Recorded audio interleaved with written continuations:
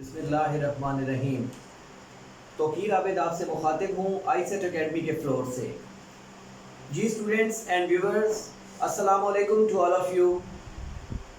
आज हम शुरू कर रहे हैं पार्ट्स ऑफ स्पीच के सिलसिले का थर्ड पार्ट ऑफ स्पीच, जिससे आप वर्ब कहते हैं। इसके बारे में मैंने कुछ डिटेल यहाँ पे लिखी है।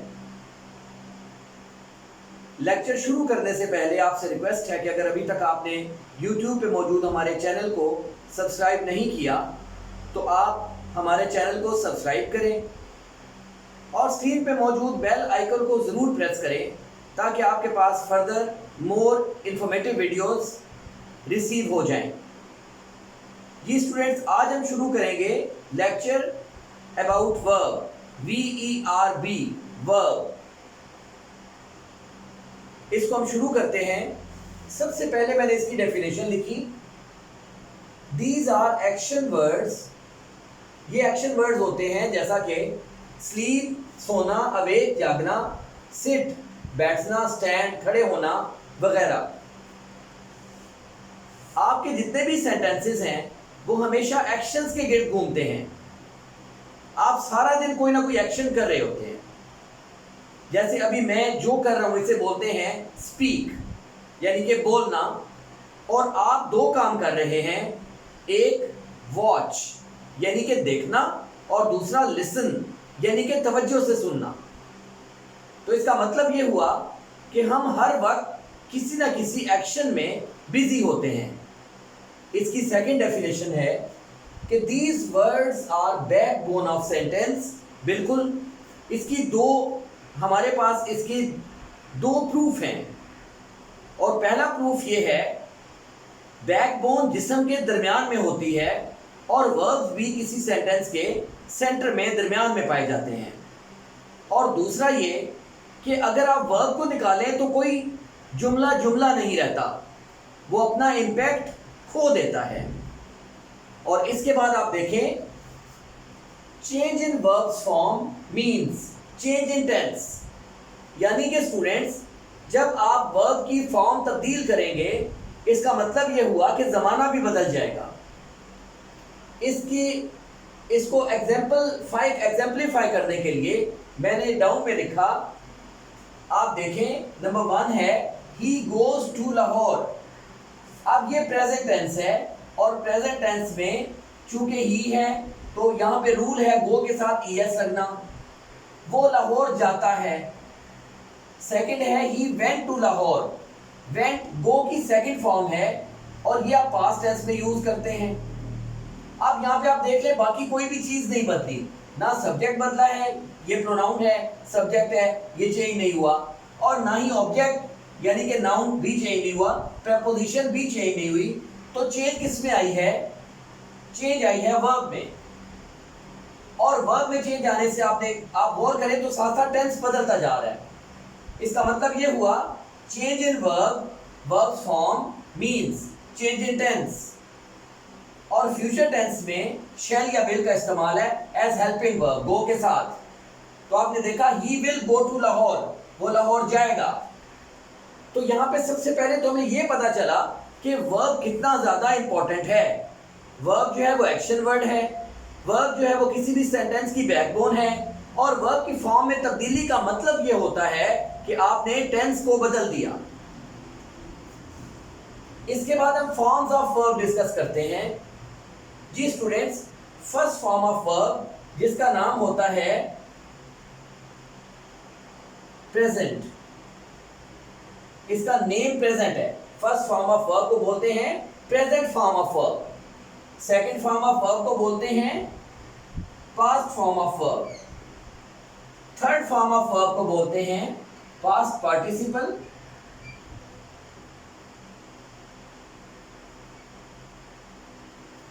और फोर्थ फॉर्म ऑफ वर्ब को बोलते हैं प्रेजेंट पार्टिसिपल।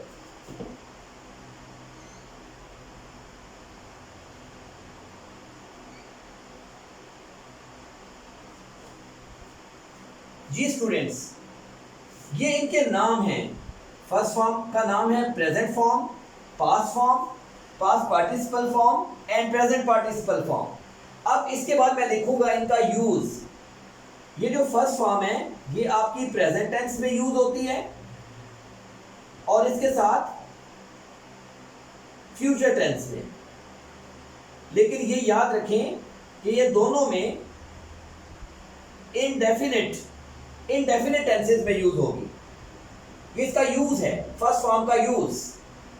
सेकंड फॉर्म जो है वो आपकी पास्ट टेंस में यूज होती है, लेकिन हमें ये देखने की जरूरत है कि ये भी इंडेफिनिट टेंस में ही यूज होती है।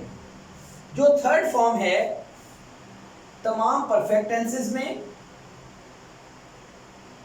तमाम परफेक्ट टेंसेस में और तमाम पैसिव वॉइस में इस्तेमाल होती है।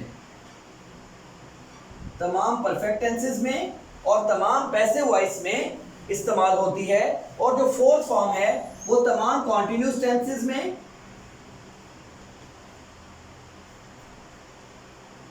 और तमाम परफेक्ट कॉन्टिन्यूस टेंसेस में इस्तेमाल होती है। तो इसका मतलब ये हुआ कि पहले मैंने इन फॉर्म्स के नेम लिखे और उसके बाद मैंने इन फॉर्म्स का यूज लिखा। ये जो मैंने ब्लू कलर में लिखा ये इन फॉर्म्स का यूज है।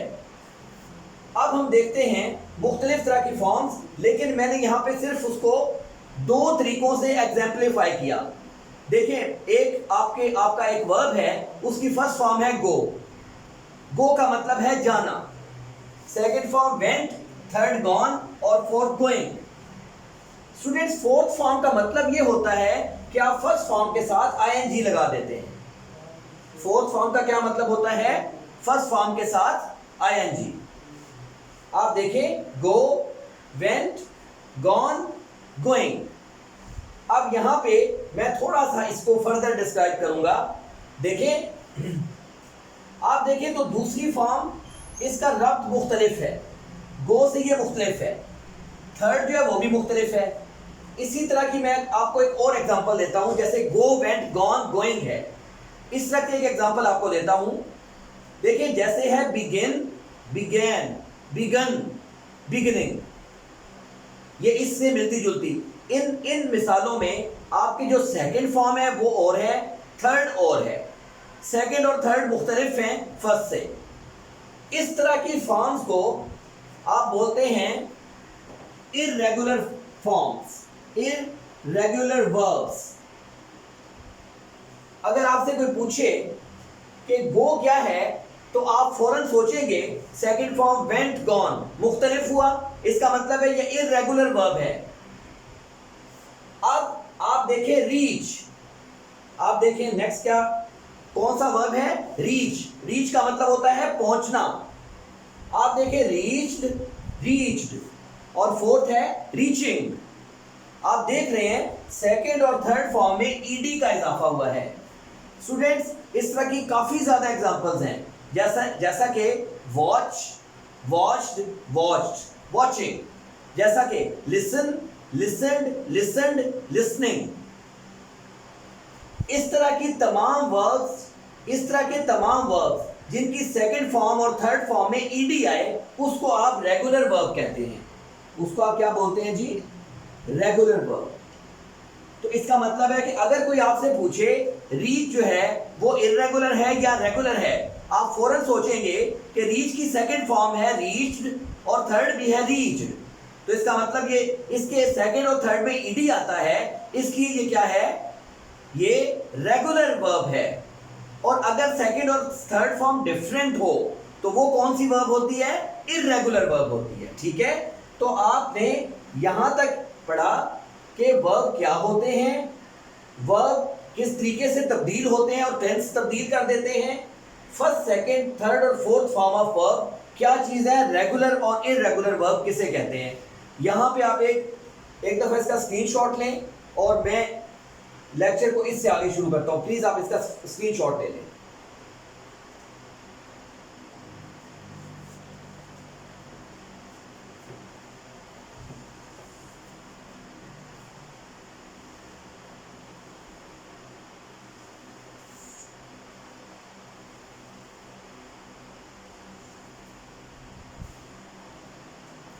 जी स्टूडेंट्स, वर्ब्स के इस लेक्चर में मैं इससे आगे चलता हूं और इसमें मैं आपको बताता हूं कि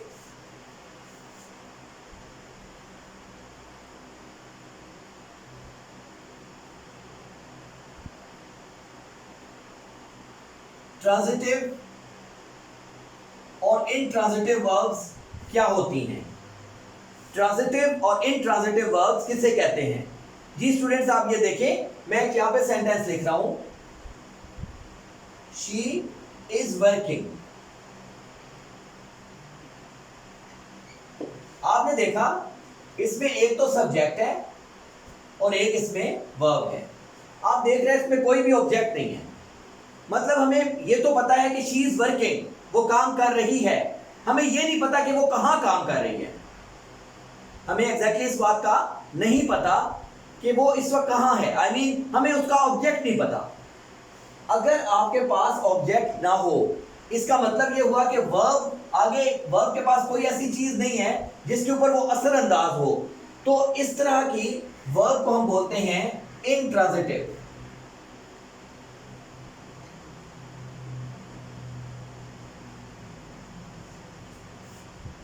इनट्रांजिटिव, ठीक हो गया। अच्छा, अब सेकंड आप एग्जांपल देखें, she is working in kitchen. अभी आप देखें, आपको एक ऑब्जेक्ट मिला, she is working in kitchen, और ऑब्जेक्ट क्या है, किचन। इसका मतलब है ये जो वर्किंग वर्ब है ये ट्रांजिट आगे मुंतकिल हो रहा है, मुतहर्रिक कर रहा है, ट्रांजिट कर रहा है किस चीज को, किचन के ऊपर इसका असर जा रहा है। तो इसका मतलब ये क्या हुआ, यहां पे इस सेंटेंस में आपका सब्जेक्ट वर्ब, लेकिन उसके साथ ऑब्जेक्ट भी पाया जाता है। तो आसान बात यह है, किसी भी फिक्रे में अगर ऑब्जेक्ट आ जाए तो आप उसको बोलते हैं कि इसमें मौजूद जो वर्ब है वो ट्रांजिटिव वर्ब है। इसका मतलब है कि इसमें मौजूद जो वर्ब है वो क्या है, वो ट्रांजिटिव वर्ब है। यहां तक स्टूडेंट्स ठीक हो गया, अंडरस्टैंड हो गया, राइट। इसके बाद मैं आपको बताऊंगा इन्फिनिटिव वर्ब।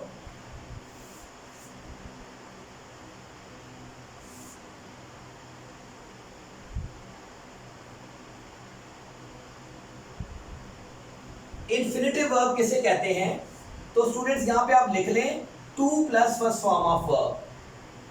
आपने एक जुमला लिखा और वो नॉर्मल है, उसमें वर्ब ऑलरेडी भी मौजूद है, लेकिन उसमें फिर टू और आगे फिर फर्स्ट फॉर्म ऑफ वर्ब आ रही है।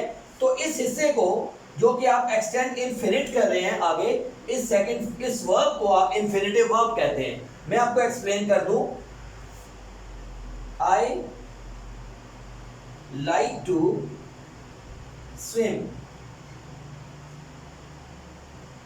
I like to swim, और आगे आप कुछ भी लिख लें, in water।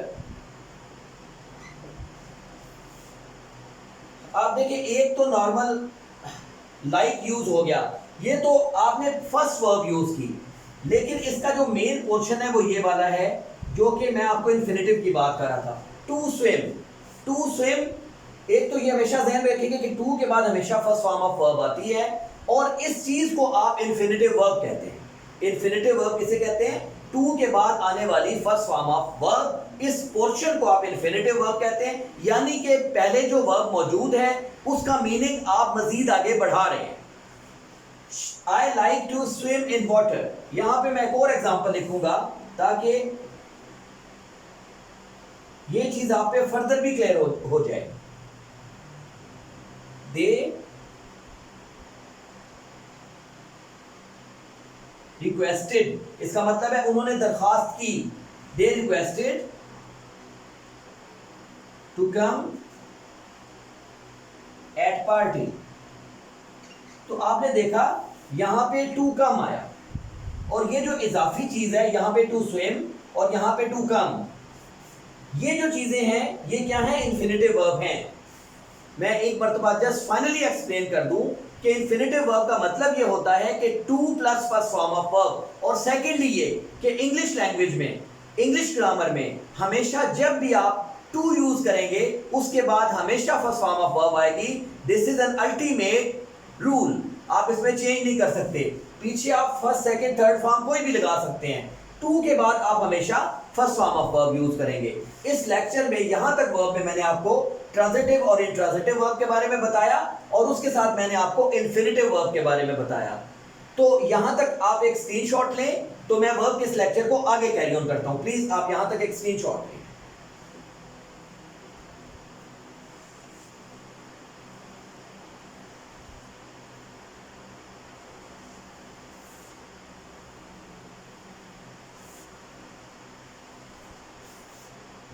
जी स्टूडेंट्स, इसके बाद हम पढ़ते हैं हेल्पिंग वर्ब्स।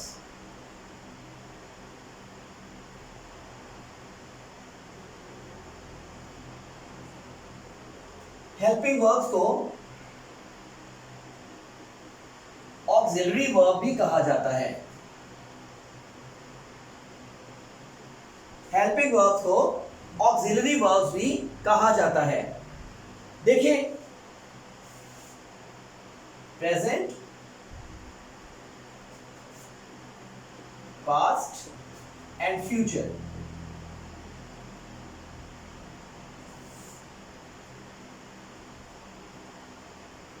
प्रेजेंट में आप जो हेल्पिंग वर्ब यूज करते हैं, फर्स्ट है इज, आर, एम, उसके बाद है हैज, हैव, उसके बाद है डज, डू। पास्ट में जो आप हेल्पिंग वर्ब यूज करते हैं वो है वॉज, वर, हैड और डिड। फ्यूचर में आप जो हेल्पिंग वर्ब यूज करते हैं वो है शैल और विल। स्टूडेंट्स, एक बात ये, हेल्पिंग वर्ब जो है वो मेन वर्ब से पहले इस्तेमाल की जाती है और हेल्पिंग वर्ब जैसा कि नाम से भी वाज़ेह है, ये मेन वर्ब को सपोर्ट करने के लिए यूज करते हैं हम लोग। ठीक है, यहां तक आप देखें, इज सिंगल के लिए, आर प्लूरल के लिए, एम आई के लिए प्रेजेंट टेंस में, प्रेजेंट सिचुएशन में, हैज सिंगल के लिए, हैव प्लूरल के लिए, डज सिंगल के लिए और डू प्लूरल के लिए। अब पास्ट में आप देखें, थोड़ा सा फ्लेक्सिबल है मैटर यहां पे, वाज सिंगल के लिए और वर प्लूरल के लिए पास्ट में, लेकिन आप हैड यूज करते हैं फार पास्ट के लिए और डिड यूज करते हैं नियर पास्ट के लिए। हैड अगर आपने बहुत पास्ट का जिक्र करना हो तो आप हैड यूज करते हैं, लेकिन अगर आपने नियर पास्ट का जिक्र करना हो तो आप क्या यूज करते हैं, डिड यूज करते हैं। राइट हो गया। स्टूडेंट्स, फ्यूचर में आप देखें शैल और विल का यूज। शैल जो होता है वो आई और वी के बाद इस्तेमाल करते हैं आप, और रेस्ट ऑफ ऑल सब्जेक्ट्स उसके बाद आप विल इस्तेमाल करते हैं। स्टूडेंट्स, शैल और विल, इनकी एक और क्वालिटी भी है। शैल और विल ना सिर्फ हेल्पिंग वर्ब्स हैं बल्कि इसके साथ साथ ये मॉडल वर्ब्स भी हैं। स्टूडेंट्स, हेल्पिंग वर्ब्स को अंडरस्टैंड करना स्पोकन इंग्लिश के बच्चों के लिए बहुत इंपॉर्टेंट है, क्योंकि उनको इन्हीं हेल्पिंग वर्ब्स के थ्रू याद रखना होता है कि हम इस वक्त किस ज़माने में गुफ्तगू कर रहे हैं। मतलब अगर वो इज आर एम यूज कर रहे हैं तो इसका मतलब वो प्रेजेंट टेंस में मौजूदा ज़माने के बारे में बात कर रहे हैं। हैज, हैव और डज, डू का भी यही मामला है। लेकिन अगर वो माजी की बात कर रहे हैं तो फिर उनको वाज, वर, हैड या फिर डिड इस्तेमाल करना है। इसी तरह फ्यूचर के लिए तो अल्टीमेटली बहुत आसान है। पर्सनल प्रोनाउन में फर्स्ट पर्सन आई और वी के लिए आप शैल यूज करते हैं और बाकी तमाम पर्सन्स के लिए और बाकी तमाम हर तरह के सब्जेक्ट्स के लिए आप विल यूज करते हैं। इसका आप एक स्क्रीनशॉट लें। मैं यहाँ पे इस लेक्चर को थोड़ा सा आगे बढ़ाता हूँ और आपको ये बताता हूँ कि शैल और विल जो कि आपके फ्यूचर के हेल्पिंग वर्ब्स हैं, वो ना सिर्फ फ्यूचर के हेल्पिंग वर्ब्स हैं बल्कि वो इसके साथ साथ मॉडल वर्ब भी हैं। तो इसका मतलब ये हुआ कि हमें वर्ब्स का जो लास्ट इंपैक्ट है मॉडल वर्ब्स का, जो कि बहुत इंपॉर्टेंट है, हमें उसको यहाँ पे कंप्लीट करना है। इस तरह हमारा वर्ब्स का लेक्चर जो है वो कंप्लीट हो जाएगा। आप एक दफा इसका स्क्रीनशॉट ले लें।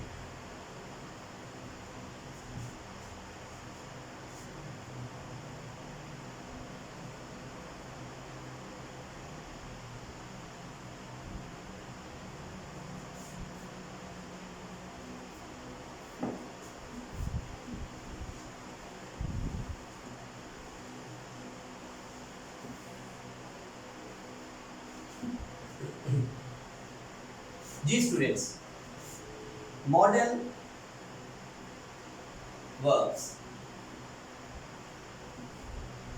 अगर हम ये कहें कि बेसिकली मॉडल वर्ब्स सिर्फ 4 हैं तो ये बेजा नहीं होगा।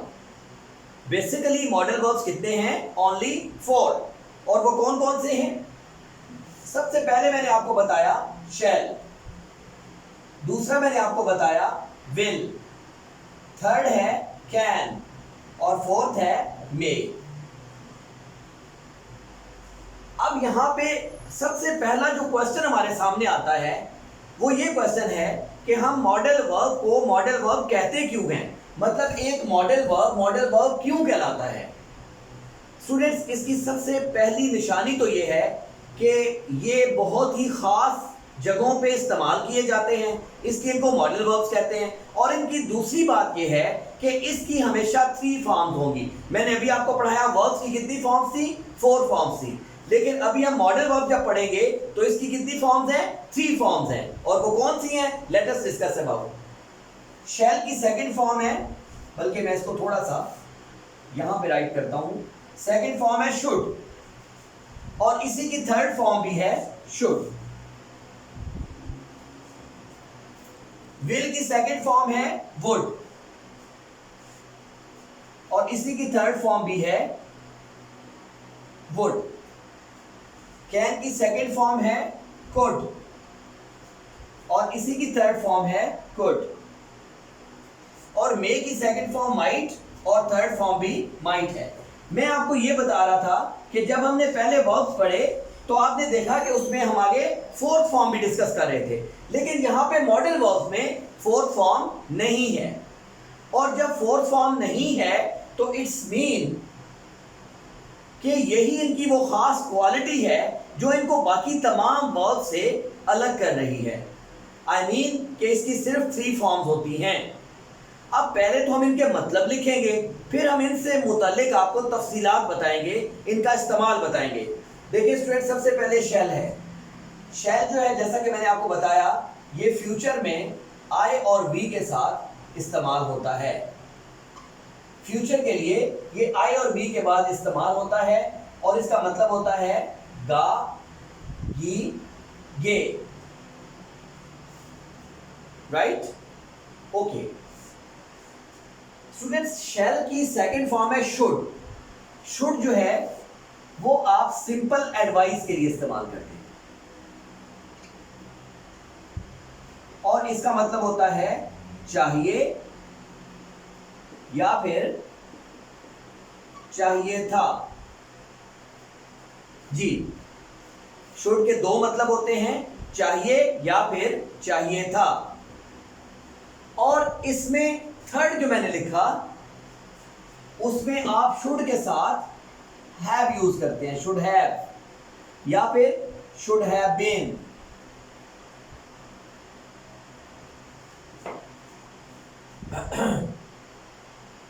राइट? शुड के साथ क्या है? शुड हैव या फिर शुड हैव बीन, और इसका मतलब होता है ज्यादातर चाहिए होगा। जी स्टूडेंट्स, सेकंड में है विल में, WILL, विल। विल का मतलब यहीं से हम लेते हैं, आप इसको फ्यूचर में यूज करते हैं आई और बी के अलावा रेस्ट ऑफ ऑल सब्जेक्ट्स। ये रेस्ट ऑफ ऑल सब्जेक्ट्स मैंने आपको बताया, इसमें यू है, ही, शी, इट, दे, और इसके अलावा तमाम सब्जेक्ट्स, सिंगल और प्लूरल नाउन्स एटसेट्रा, कंप्लीटली आप उसके बाद क्या यूज करते हैं? विल। आप उसके बाद क्या यूज करते हैं? विल। कहां पे? फ्यूचर में। और इसका इस्तेमाल भी क्या है? गा, गी, गे। ये गा, गी, गे के लिए आप इसको भी यूज करते हैं। जबकि इसका सेकंड इसकी फॉर्म है वुड। स्टूडेंट्स, वुड जो है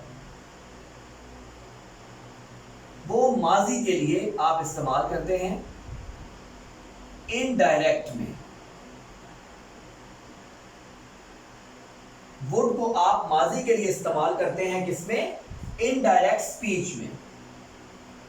अगर डायरेक्ट स्पीच हो तो शैल या विल होगा, लेकिन अगर आप उसको पास्ट पे ले जाएंगे इनडायरेक्ट स्पीच के अंदर, तो ये शैल और विल जो है ये वुड में यूज वुड में कन्वर्ट हो जाए। और जो थर्ड है वो है वुड, और इसके बाद आप वही चीज वुड हैव या फिर वुड हैव बीन यूज करते हैं। जैसा कि मैंने यहां पे आपको बताया, माजी में हुआ होगा, माजी में ना उसने कहा होगा, ठीक है, उसने कहा था एटसेट्रा, ठीक है। आप इसके मतलब मुख्तलिफ लेते हैं, होता तो, था, थी वगैरह।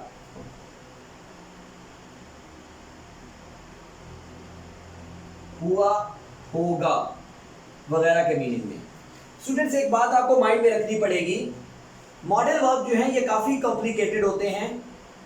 मैं यहाँ पे आपको जितना भी इसका इंट्रोडक्शन दे रहा हूँ ये मैं वर्ब के लेक्चर में दे रहा हूँ, लेकिन मैं मॉडल वर्ब्स की एक अलग से वीडियो भी रिकॉर्ड करूँगा जिसमें मैं तफसील से इसके बारे में आपको बताऊँगा। जी स्टूडेंट्स, थर्ड है कैन। कैन का मतलब होता है सकता है या फिर सकती है या फिर सकते हैं, और ये किसके लिए इस्तेमाल होता है? प्रेजेंट सिचुएशन में,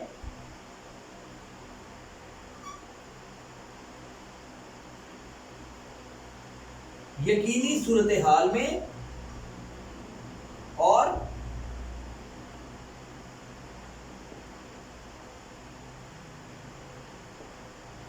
गैर रस्मी जुमलों में।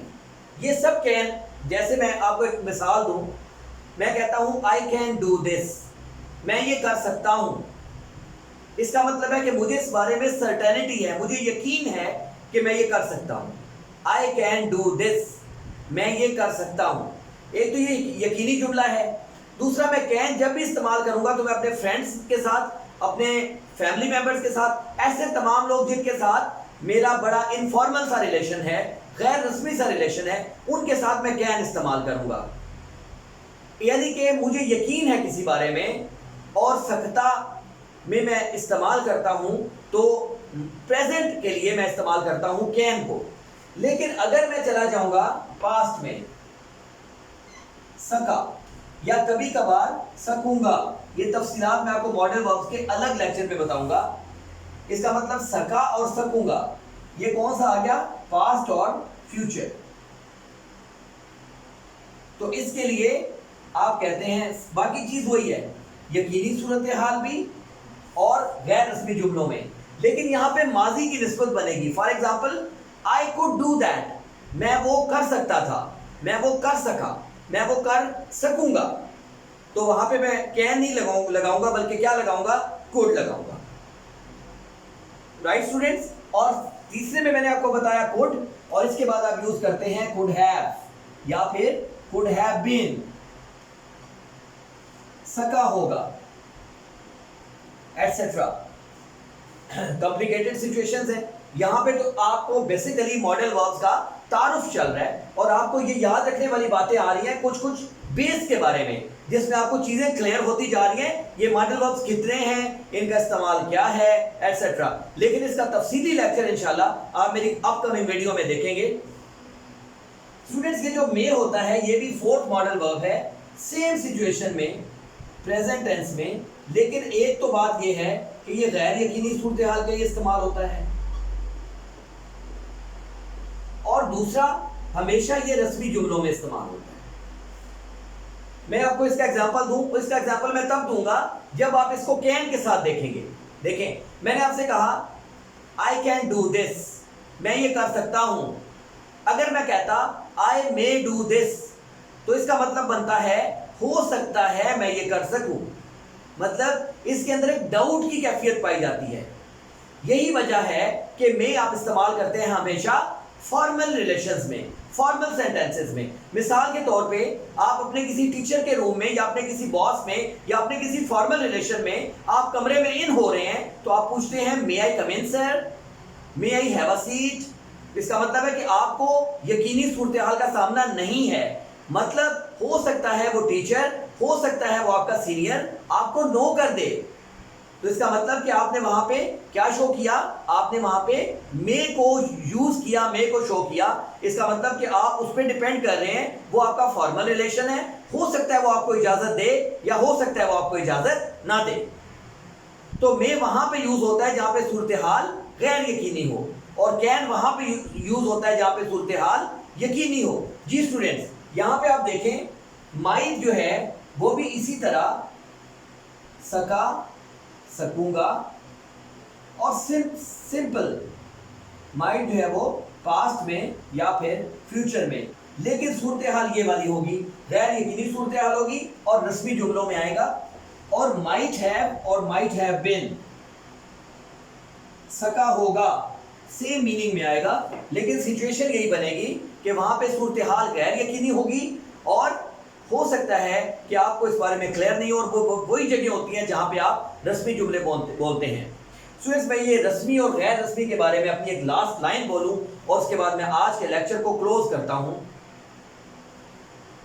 जी स्टूडेंट्स, मैं ये बात कर रहा था कि जहां पे आपके रस्मी रिश्ते या रस्मी जुमलों में आप बोलते हैं कोई बात, मिसाल के तौर पे आप अपने किसी ऑफिसर के, अपने बॉस के, अपने किसी सीनियर के या अपने टीचर के रूम में दाखिल हो रहे हैं, आप पूछते हैं may I come in sir, क्या मैं अंदर आ सकता हूं। लेकिन अगर आप अपने किसी दोस्त के रूम में जा रहे हैं तो जस्ट नॉक और सिविलाइजेशन के तहत आप पूछते हैं कैन आई कम, क्या मैं अंदर आ सकता हूं। स्टूडेंट्स, यहाँ पे मैं ये वीडियो एंड करता हूँ। वीडियो को एंड तक वॉच करने का बहुत बहुत शुक्रिया। Thank you very much.